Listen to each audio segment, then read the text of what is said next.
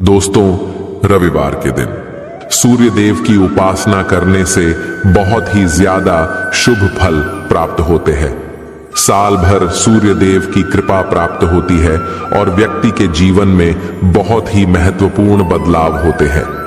सूर्य देव को ये वस्तुएं चढ़ाते हैं अथवा जल में ये चीजें डालकर सूर्य देव को चढ़ाते हैं तो सूर्य देव आपसे अत्यंत प्रसन्न हो जाएंगे और आपको सुख संपन्नता का आशीर्वाद प्रदान करेंगे। भगवान श्री कृष्ण कहते हैं, रविवार के दिन सूर्य देव को इन वस्तुओं के साथ अर्घ्य देने से दुख दरिद्रता समाप्त होती है और जीवन में सुख समृद्धि आती है। इस प्राचीन कथा के माध्यम से हम आपको बताते हैं रविवार के दिन सूर्य को अर्घ्य देना कितना महत्वपूर्ण होता है और उसका क्या फल प्राप्त होता है। दोस्तों, एक बार नारद जी भगवान श्री कृष्ण के पास आते हैं और उनसे पूछने लगते हैं, हे प्रभु, रविवार के दिन सूर्य को जल देने का क्या औचित्य है? सूर्य को जल क्यों दिया जाता है? सूर्य को जल देने के क्या फायदे हैं तथा सूर्य को जल देने की सर्वोत्तम विधि कौन सी है? तब भगवान श्री कृष्ण नारद जी से कहते हैं, हे देवर्षि, आपने समस्त मानव जाति के कल्याण हेतु उचित प्रश्न किया है। सूर्य देव की उपासना अत्यंत शुभ फलदायी है। प्रत्येक मनुष्य को नित्य रूप से हर सुबह सूर्य को जल अवश्य देना चाहिए। हे देवर्षि, मैं आपको एक अत्यंत पवित्र कथा सुनाता हूं जिससे आपकी द्विधा समाप्त हो जाएगी और आपको आपके सभी प्रश्नों के उत्तर भी मिल जाएंगे। जो भी इस कथा का श्रवण करता है उसे 100 वर्षों तक सूर्य को जल देने का फल प्राप्त होता है। इसीलिए आप इस कथा को ध्यान से पूरा जरूर सुने। दोस्तों, इस कथा में सूर्य को जल देने की सही विधि और अत्यंत शक्तिशाली सूर्य देव के मंत्र के बारे में बताया है। इसीलिए आप सभी इस कथा को ध्यान से पूरा अवश्य सुने। इस कथा को सुनने मात्र से ही आपको सूर्य को जल देने का फल प्राप्त होता है। तो चलिए शुरू करते हैं। भगवान श्री कृष्ण कहते हैं, हे देवर्षि, प्राचीन काल की बात है। दक्षिण देश में एक अत्यंत प्राचीन शोभायमान नगरी थी। उस नगरी में देव शर्मा नाम का ब्राह्मण अपनी पत्नी कलावती के साथ निवास करता था। देव शर्मा शास्त्र ज्ञान में पारंगत था, किंतु उसने अपने ज्ञान का कभी सदुपयोग नहीं किया। उसने उसके ज्ञान का उपयोग केवल धन कमाने के लिए किया।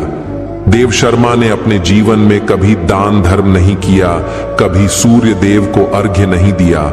वह अत्यंत स्वार्थी और दंभी स्वभाव का था। फिर एक दिन वह वन से जा रहा था तो एक विषैले सर्प के काटने के कारण देव शर्मा की मृत्यु हो गई। मृत्यु के बाद देव शर्मा को यम के दूत यमलोक लेकर गए। वहां यमराज ने देव शर्मा के पाप और पुण्य का मूल्यांकन किया और देव शर्मा को नरक में डाल दिया।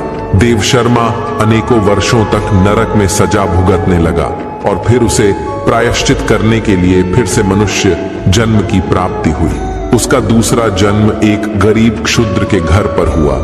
दूसरे जन्म में उसे अत्यंत दुख भोगने पड़े। उस शूद्र के बड़े होते ही उसके पिता ने उसका विवाह एक युवती से करा दिया और फिर वह उस युवती के साथ वन में ही झोपड़ी में रहने लगा। विवाह के बाद अनेक वर्षों तक उस शूद्र को कोई संतान नहीं हुई।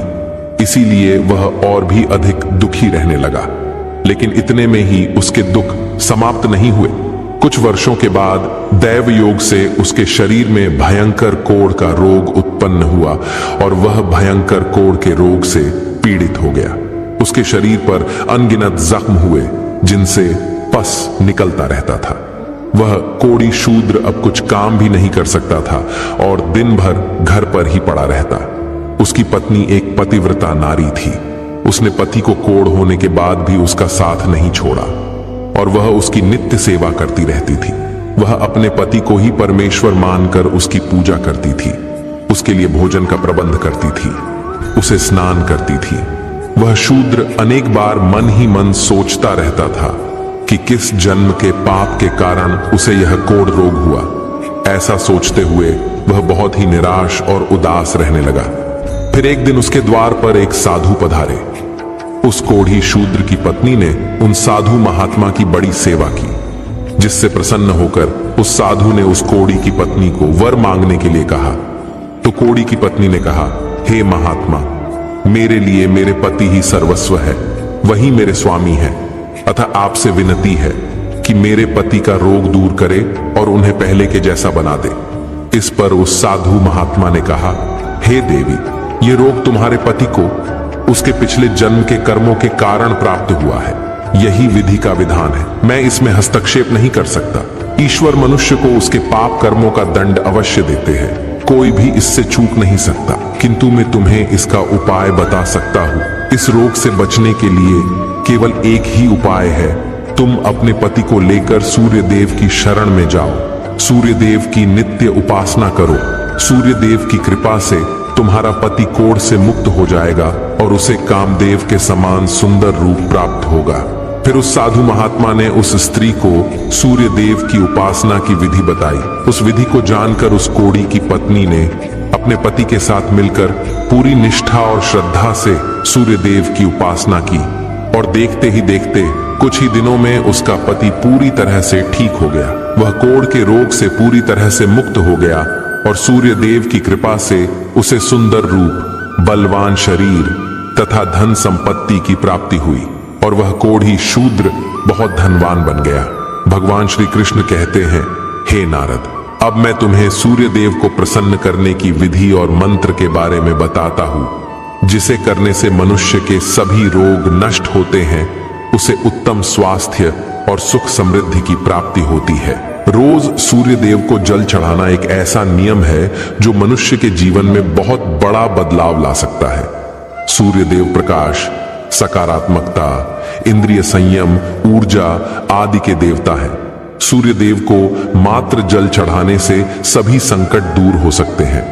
भगवान श्री कृष्ण कहते हैं, हे नारद, हर समस्या का समाधान सूर्य को जल अर्पण करने से ही प्राप्त हो सकता है।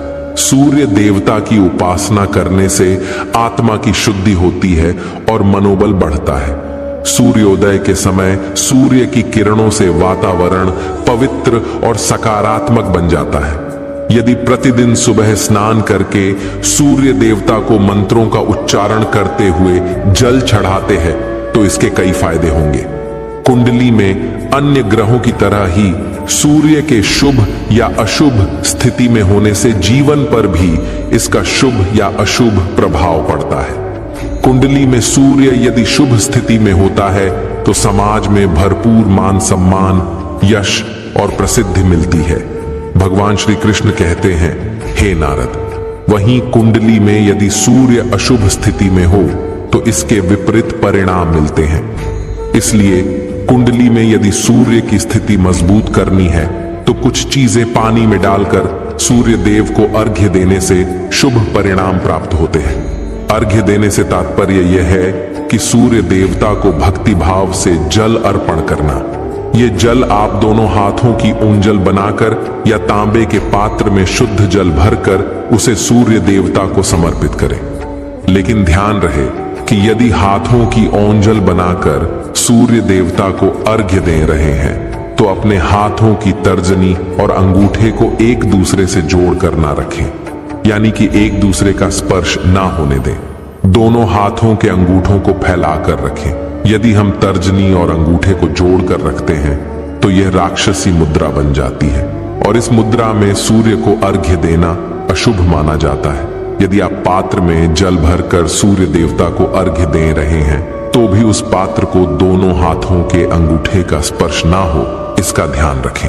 अर्घ्य देते समय अपने दोनों हाथों को ऊपर उठाकर पात्र को पकड़े और सिर झुकाकर रखें। सूर्य देवता को अर्घ्य हमेशा सूर्योदय के समय देना चाहिए।